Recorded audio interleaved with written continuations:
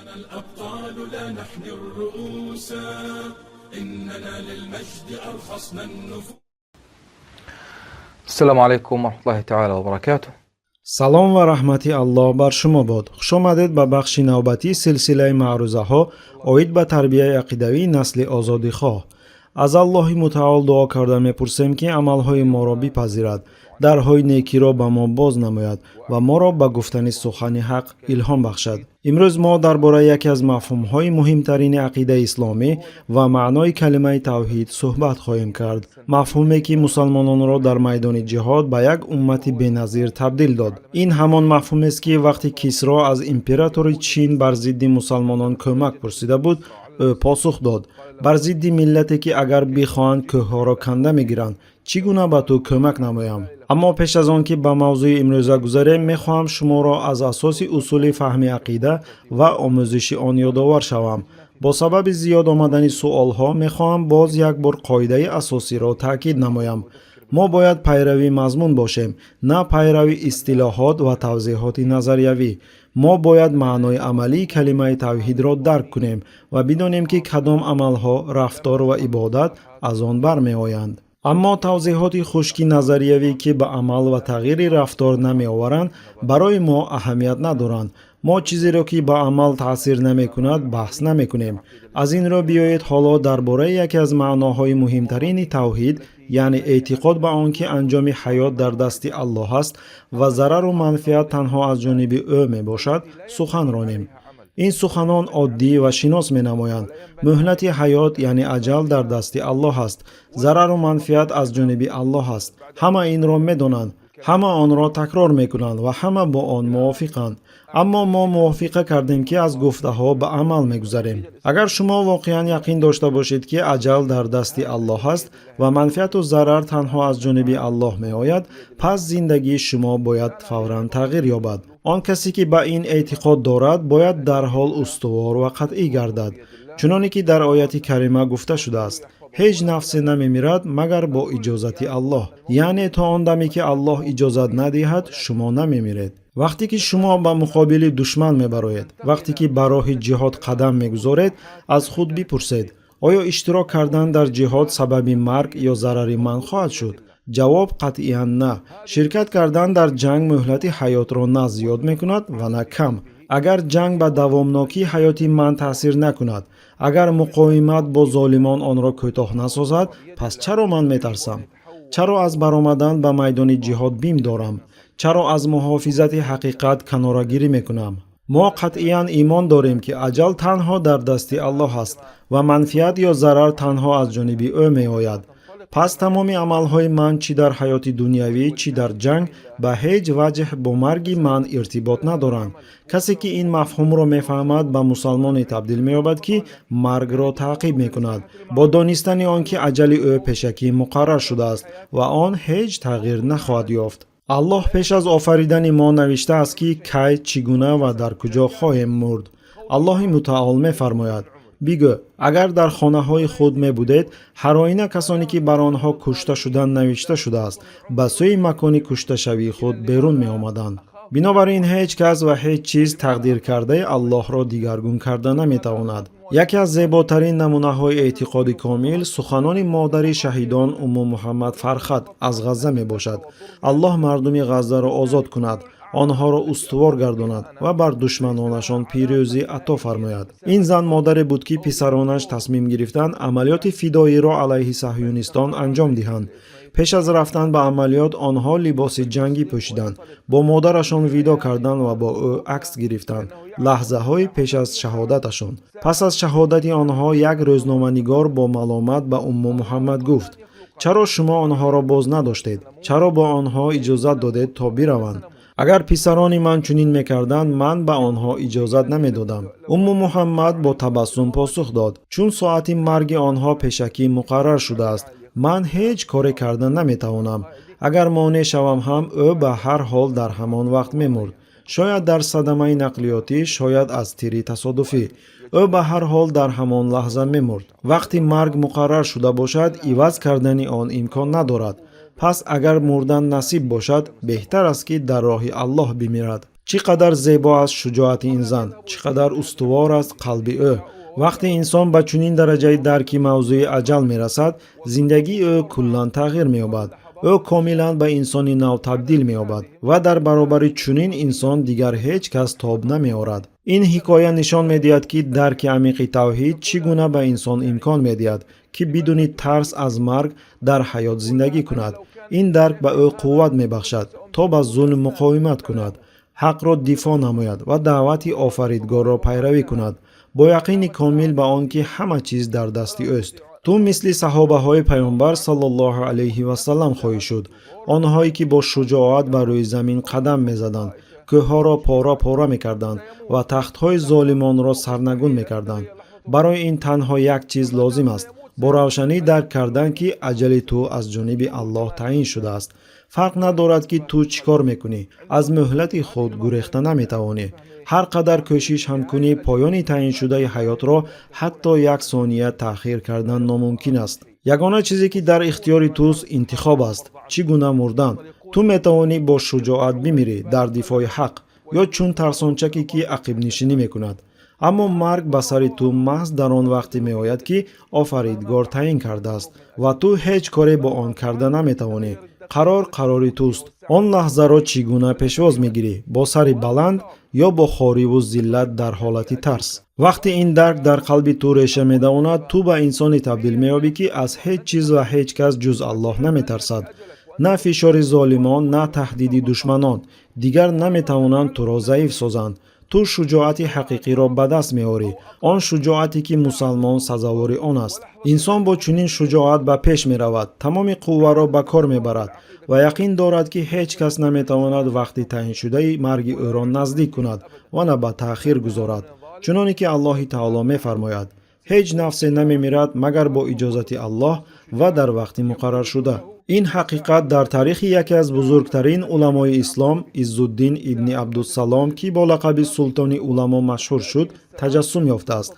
نمونه زندگی او روشن نشان میدهد که چگونه درک عمیق توحید انسان را به کوه استوار تبدیل میدهد و در برابر امتحان و فشار به لرزه نمیآید. روز امیر شام صالح اسماعیل، عالم بزرگ عزالدین ابن عبدالسلام را برای نافرمانی بازداشت کرد. آنهایی که ترجمه حال این شخصیت برجسته را آموختند میدانند که او بارها زیر تعقیب قرار گرفت و حتی به حکم قتل محکوم شده بود. شیخ عزالدین با تمام هستی کوشش میکرد که امت اسلامی را متحد سازد، قدرت دولت اسلامی را برقرار کند و بر ضد صلیبچیان و مغولها مقاومت نماید. برای استواری خود او مجبور شد که دمشق را ترک کند، سپس مصر را نیز ترک نمود. ولی در هر کجایی که بود، مردم همیشه به جانبداری او برمیخواستند. این دفعه همه چیز از آن آغاز یافت که امیر شام صالح اسماعیل تصمیم گرفت بر ضد امیر مصر با صلیبچیان اتفاق بندد. شیخ عزالدین این تصمیم را با شدت محکوم کرد و برای این به زندان محکوم شد. مردم دمشق به نشان اعتراض بیرون آمدند و در نزد مکان اعدام جمع شدند. صالح اسماعیل از ترس شورش میدان را با تمام نیروهای امنیتی شهر محاصره کرد. اما ناگهان شیخ عزالدین از زندان بیرون شد و با سر بلند با نگاه آرام به سوی امیر نگریست. صالح اسماعیل چون این منظره را دید، به لرزه آمد و گفت: ای عزالدین، من تو را عفو میکنم، اما تو باید شام را ترک کنی. من از مقاومت تو خسته شدم. من تو را قتل کردن نمیخواهم. طالب علمان و مردم عادی شاد شدند چون شنیدند که حکم قتل بکار شده است. اما آنها را یک چیز در حیرت گذاشت: چطور شیخ عزالدین آرامی را نگاه می داشت. آنها خواستند سبب چنین آرامی او را بفهمند و نزد او رفته پرسیدند: آنچه بر سر تو آمد غیر عادی است. چگونه توانستی چنین خونسردی را نگاه داری؟ عزالدین پاسخ داد: وقتی من درباره حکم قتل شنیدم، ناگهان آیت زیرین الله به یادم زد: هیچ نفس نمیمیرد مگر با اجازت الله و در وقت مقرر شده. در آن لحظه من درک کردم که تا کنون معنای اصلی این آیت را کاملا نفهمیده بودم. به خود گفتم: وای بر حال من، نه سلطان و نه اطرافیانش هیچ کاری با من کردن نمیتوانند اگر اراده الله نباشد. قسم به الله، بعد از آن خود سلطان در نظر من به یک گربچه تبدیل یافت. همین گونه باید هر یک مسلمان به دشمنان خود نگرد. مسلمان باید بداند аҷали ӯ, зараре ки мебинад ё манфиате ки ба даст меорад, танҳо ба иродаи Аллоҳ вобаста аст. ҳеҷ чиз бо инсон рух намедиҳад то он даме ки Аллоҳ онро нахоҳад. вақте мусалмон инро дарк мекунад, аз ҳеҷ каси дигар ҷуз офаридгор наметарсад. агар ту имон дорӣ ки аҷали ту аз ҷониби Аллоҳ пешакӣ муқаррар шудааст, пас медонӣ, ҳеҷ кас наметавонад туро пеш аз муҳлат ба қабр дарорад. на султон, на подшоҳ, на президент, на хадамоти махсус. ҳеҷ кас қудрати бар ҳаёти ту надоранд. танҳо Аллоҳ муҳлати онро муайян мекунад, зеро ӯ таоло фармудааст: магар бо иҷозати Аллоҳ. яъне ҳеҷ қудрати заминӣ наметавонад қарорҳои ӯро тағйир диҳад. ба суханони шери Аллоҳ Ҳамза ибни Абдулмутталиб диққат кунед: ҳеҷ чизе ки дар рӯбарӯи ман аст маро наметарсонад. ҳама он чизе ки дар пеши ман аст махлуқотанд ки ба тақдири Аллоҳ, ба қудрат ва иродаи ӯ тобеанд. пас кӣ метавонад муъминро битарсонад? Аллоҳ ба мо муъминон кафолат додааст ки ҳаёт, манфиат ва зарари мо танҳо дар дасти ӯст. пас чаро мо метарсем? кӣ метавонад муъминро битарсонад? агар худи Аллоҳ кафолат дода бошад ки танҳо ӯ бар ҳаёти тамоми махлуқот ҳукмронӣ мекунад ва танҳо ӯ манфиат ва зарари онҳоро муайян мекунад. магар чунин нест ки тамоми ҷаҳон дар баробари як муъмини ҳақиқӣ ба ларза дарояд, на баръакс. зеро ин муъмин медонад, ҳеҷ кас навобаста аз он ки чӣ қадар қудрат надошта бошад, чӣ гуна золимӣ набошад, бар чанд лашкаре фармон надиҳад, наметавонад ҷони ӯро бигирад то он даме ки Аллоҳ нахоҳад. акнун шумо фаҳмидед ки чаро бо чунин имони пурқувват артиши мусалмонон дар муддати кӯтоҳ тавонист тамоми империяи Форс ва нисфи империяи Румро нобуд карда онҷоро фатҳ намуданд. шумо тасаввур мекунед ки чаро тамоми халқҳои он замон дар ҳайрату тааҷҷуб ба мусалмонон менигаристанд. яке аз равшантарин намунаҳои ин қуввати рӯҳӣ ва шуҷоат Али ибни Абу Толиб мебошад. ин муборизи афсонавӣ ҳамеша омода буд ки бо ҳар душман рӯбарӯ шавад.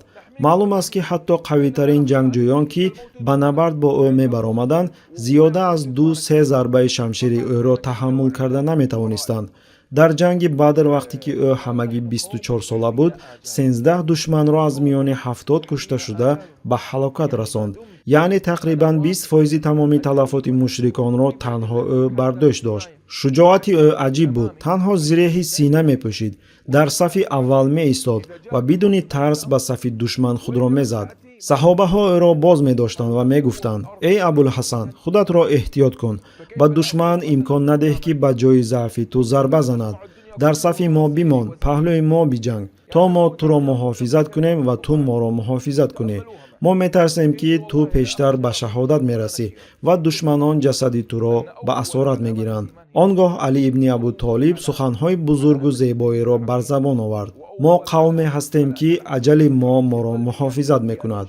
дар хусуси суханҳои Али ибни Абу Толиб тафаккур карда фаҳмида мешавад ки чӣ гуна Али бо чунин шуҷоати беандоза меҷангид. ӯ медонист ки ҳаёти ӯ танҳо дар дасти Аллоҳ аст ва маҳз ҳамин дарк ба ӯ қувват медод то бидуни тарс аз душманон ба пеш ҳаракат кунад.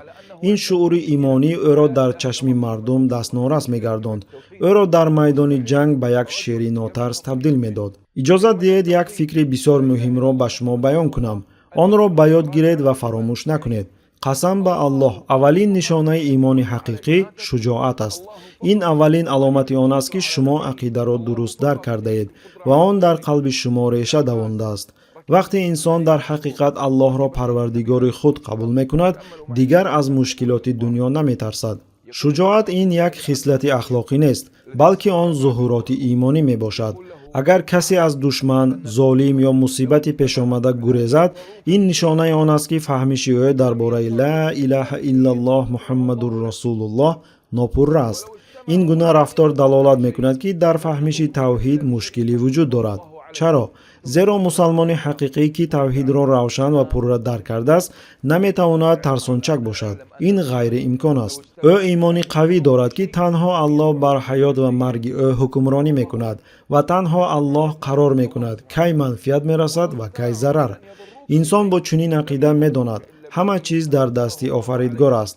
аз ин рӯ аз ҳеҷ каси дигар ҷуз ӯ наметарсад. андеша кунед, оё мумкин аст ки инсон аз дигаре битарсад дар ҳоле ки медонад ҳаёти ӯ танҳо аз Аллоҳ вобаста аст? оё сазовор аст ки ту аз як золим ба ларза меоӣ? дар ҳоле ки яқин дорӣ ҳеҷ кас ҷуз холиқ наметавонад умри туро зиёд ё кам кунад. Шуҷоати мусалмон маҳз бар ҳамин дарки амиқи тавҳид асос ёфтааст. ибни Аббос Аллоҳ аз ӯ розӣ бод ин ҳадиси маъруферо ривоят мекунад. вақте ӯ бо пайғамбар саллаллоҳу алайҳи васаллам буд, эшон ба ӯ ин суханонро гуфтанд: бидон ки агар тамоми мардум ҷамъ шаванд то ба ту манфиате расонанд, ҷуз он чи Аллоҳ бароят навиштааст ба ту намерасад. ва агар ҳама ҷамъ шаванд то ба ту зараре расонанд, ҷуз он чи Аллоҳ бароят навиштааст намерасад. биёед маънои амиқи ин ҳадисро баррасӣ кунем. якум, бидон агар ҳама мардум ҷамъ шаванд то ба ту манфиате расонанд. манфиати ҳақиқӣ танҳо аз ҷониби Аллоҳ аст. мардум метавонанд кӯшиш кунанд ба ту кӯмак кунанд, вале агар Аллоҳ нахоҳад, ҳеҷ кӯмаке ба ту намерасад. ҳатто агар тамоми башарият бо тамоми воситаҳои худ бихоҳанд ба ту манфиат расонанд, он манфиат танҳо вақте ба ту мерасад ки Аллоҳ онро муқаррар карда бошад. дуюм, агар онҳо ҷамъ шаванд то ба ту зараре расонанд, ҳеҷ душман, ҳеҷ золим, ҳеҷ лашкар наметавонанд ба ту зиёне расонанд, магар он чи ки Аллоҳ аллакай дар тақдири ту навиштааст. зарар низ аз ҷониби Аллоҳ муқаррар шудааст. чӣ қадаре ки ӯ хоста бошад, ҳамон қадар мерасад, на зиёд, на кам. сеюм, қаламҳо бардошта шуданд ва саҳифаҳо хушк шуданд. тақдир аллакай навишта шудааст. қаламҳо ки бо иродаи Аллоҳ менависанд, навиштаи худро ба поён расониданд. саҳифаҳо ки тақдири ҳар инсон дар онҳо сабт шудааст, аллакай хушк шуданд, яъне дигар тағйир намеёбанд. оё султонҳо, президентҳо, подшоҳон ё золимон метавонанд як ҳарфро аз он навиштаи илоҳӣ тағйир диҳанд? ҳаргиз на. агар он қалам бо амри Аллоҳ навиштааст ки ту дар фалон рӯз мемирӣ, пас ту ҳамон рӯз мемирӣ, на пештар ва на дертар, дар вақте ки Аллоҳ онро пешакӣ таъин кардааст. акнун андеша кунед, агар вақти марг тағйирнопазир бошад, агар манфиат тағйирнопазир бошад, агар зарар тағйирнопазир бошад ва агар Аллоҳ ҳамаи инро ҳанӯз пеш аз офаридани мо навишта бошад, пас чаро зиндагии мо бо тарсу ларза мегузарад? чаро дар дин сустӣ мекунем? чаро мисли мунофиқ дурӯягӣ мекунем? вақте мусалмон ин қоидаи эътиқодро дарк мекунад, тамоми зиндагии ӯ тағйир меёбад. қалб ва шуури ӯ пур аз шуҷоат мешавад, ба пеш мешитобад ва ҳеҷ чиз дар баробараш ӯро наметарсонад. ӯ сухани ҳақро мегӯяд, ба майдони ҷиҳод мебарояд, захму дардро таҳаммул мекунад, зеро медонад ки марги ӯ дар дасти Аллоҳ аст. оё медонед кадом чиз инсонро тарсончак мекунад? тарси марг, тарси зарар, тарси аз даст додани манфиат. маҳз ҳамин чизҳо инсонро тарсончак мекунанд. мусалмонро зебанда нест ки тарсончак бошад. муъмин бояд далер шавад. аввалин нишонаи имони ҳақиқӣ далерист. сазовор нест ки мусалмон ва муъмин дар ин зиндагӣ бо сари хам бошад, балки бояд бо сари баланд, бидуни тарс аз таҳдид, муқоимат бо душман бошад, ҳарчанд қудрати душман чӣ қадаре зиёд бошад ҳам. имом Шаъровӣ Аллоҳ раҳматаш кунад суханони бисёр зебое гуфтааст. ҳама чизе ки мардум метавонанд нисбати ту анҷом диҳанд, ин иҷрои иродаи Аллоҳ дар ҳаққи туст. агар Аллоҳ барои ту дар ин рӯз захмеро таъин карда бошад, ту ҳатман он захмро хоҳӣ гирифт, хоҳ дар ҷанг, хоҳ дар садама, хоҳ тасодуфан. ин захм ризқи ту барои ин рӯз аст. ту наметавонӣ аз он гурезӣ. агар ба ман муқаррар шуда бошад ки захмро дар ҷанг ва дар муқоимат бо золимон гирам, чаро бояд онро дар садама ё дар ҳолати дигар гирам? аз ҳамин сабаб яке аз уламои барҷастаи замони мо дар тавсифи шахсияти исломӣ гуфтааст: шахсияти исломӣ шахсияти зиндадил, далер ва шуҷоатманд аст, на шикаста, на тарсончак ва на ақибнишин. мусалмон ҳамеша шуҷоатманд мебошад. чӣ гуна метавонад дигар хел бошад, дар ҳоле ки медонад дар тамоми дунё касе вуҷуд надорад ки битавонад аз тақдири ман чизеро тағйир диҳад, ё ба ҳаёт, манфиат ё зарари ман таъсир расонад. аз ҳамин сабаб фарқи асосӣ миёни мусалмон ва кофир дар он аст ки мусалмон маргро таъқиб мекунад, аммо кофир аз он мегурезад.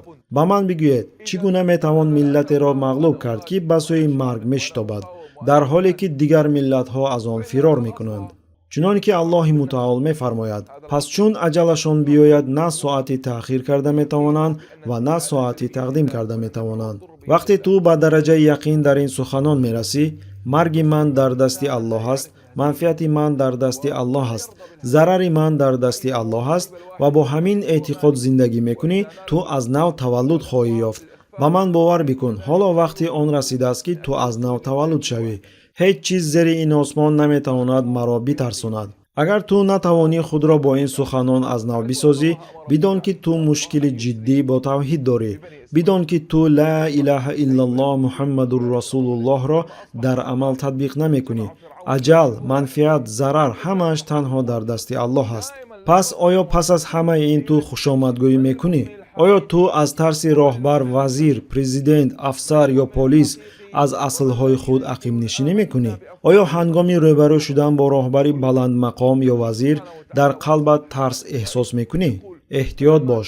агар чунин бошад, бидон ки ту дар ақидат мушкилӣ дорӣ, мушкилӣ бо тавҳид, мушкилӣ бо ла илаҳаиллаллоҳ муҳаммадур расулуллоҳ. агар Аллоҳ барои ту имрӯз чизеро таъин карда бошад, ту онро албатта мегирӣ. чӣ қадаре ақибнишинӣ кунӣ, ба ларза биёӣ ё тарс дошта бошӣ, фарқе надорад. пас чаро онро бо сари баланд дар ҳолати ҷанг, муқоимат ва истиқомат намегирӣ? вақте ин асл дар нафс реша медавонад, усули дарки он ки аҷал дар дасти Аллоҳ аст ва манфиату зарар танҳо аз ҷониби ӯ меояд, он гоҳ ту ба инсоне табдил меёбӣ ки шикастро намешиносад ва онро қабул намекунад. ҳатто агар инсон ба нокомӣ дар худ ва дороии худ дучор гардад, ҳатто агар ӯро шикасту нобарориҳо таъқиб кунанд, ин набояд ӯро аз роҳи ҳадаф заиф кунад. ман ин мавзӯъро бо як мисол аз қиссаи Мусо алайҳиссалом ба поён мерасонам. шумо медонед ки Аллоҳ ба Мусо алайҳиссалом фармуд ки бани Исроилро шабона аз замини Фиръавн берун барад. вақте субҳ дамид, Фиръавн лашкари худро ҷамъ кард ва ба таъқиби онҳо пардохт. лаҳзаи муқоимати ниҳоӣ фаро расид ва маҳз дар чунин лаҳзаҳо муъмини ҳақиқӣ ошкор мешавад. Аллоҳ ҳолати бани Исроилро дар Қуръон чунин тавсиф мекунад. вақте ду гурӯҳ якдигарро диданд, ёрони Мусо гуфтанд: мо бешак дастгир хоҳем шуд. Мусо алайҳиссалом 3 сол дар миёни онҳо зиндагӣ кард. онҳо 9 мӯъҷизаи равшан диданд. кӯмаки Аллоҳро нисбат ба Мусо ва Ҳорун бо чашмони худ мушоҳида карданд. ду паёнбар бо онҳо буд. аммо бо вуҷуди ин, дар аввалин имтиҳон Аллоҳ ошкор кард ки онҳо муъмини ҳақиқӣ нестанд. пас Мусо ба онҳо чӣ гуфт?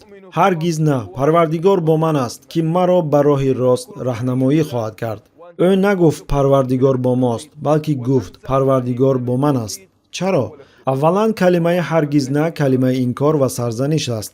Мусо алайҳиссалом мехост онҳоро сарзаниш ва ҳидоят кунад, то нишон диҳад ки онҳо ҳанӯз дар аввалин имтиҳон хатои ҷиддӣ дар ақида содир карданд. сипас гуфт: Парвардигор бо ман аст, на бо мо. зеро дар он лаҳза бани Исроил имони ҳақиқиро аз даст дода буд. дар аввалин лаҳзаи муқоимат имони худро аз даст доданд.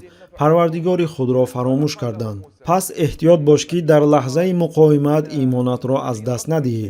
ту бояд худро тамрин диҳӣ, тарбия намоӣ, шахсияти худро аз нав бисозӣ, то он ки дар шуъур ва қалбат ин яқин реша бигирад. аҷал дар дасти Аллоҳ аст, манфиат ва зарар дар дасти Аллоҳ аст. Мусо алайҳиссалом гӯё онҳоро аз худ дур кард ва гуфт: шумо сазовор нестед дар зери ҳимояи Аллоҳ бошед. имони ҳақиқӣ дар лаҳзаҳои имтиҳон санҷида мешавад. вақте шумо бо душвориҳо рӯбарӯ мешавед, қалбатон ором мемонад ё эътимодатонро аз даст медиҳед? агар битарсед, бидонед ки дар ақидаатон камбудӣ вуҷуд дорад. аммо агар яқин доред ки танҳо Аллоҳ бар ҳаёт, манфиат ва зарари шумо ҳукм мекунад, ҳеҷ душман наметавонад шуморо битарсонад. чӣ гуна метавонем умед дошта бошем ба ҳимояи Аллоҳ? агар дар аввалин имтиҳон мо ҳукмронии ӯро фаромӯш кунем, агар мо усулҳои тавҳидро поймол кунем ва ба тарс иҷозат диҳем ки бар имонамон ғолиб ояд, ин номумкин аст. вазифаи мо ин аст ки ҳамеша бо имони устувор дар қалб барои пешвози ҳар гуна душворӣ омода бошем. эй Аллоҳ, имонро барои мо маҳбуб гардон ва онро дар қалбҳои мо ороста бисоз. бо ин суханҳо барномаи имрӯзаи худро ба анҷом мерасонам. то дидор дар барномаҳои оянда. على أمل اللقاء بكم في حلقة قادمة والسلام عليكم ورحمة الله تعالى وبركاته. тамошобинони гиромӣ, агар хоҳед ки наворҳои мо зуд бароянд, пас зер кардани тугмачаи лайкро фаромӯш накунед. албатта ба шабакаи мо обуна шавед ва наворҳои моро ба дигарон расонед. зеро расонанда мисли амалкунанда соҳиби мукофот мегардад.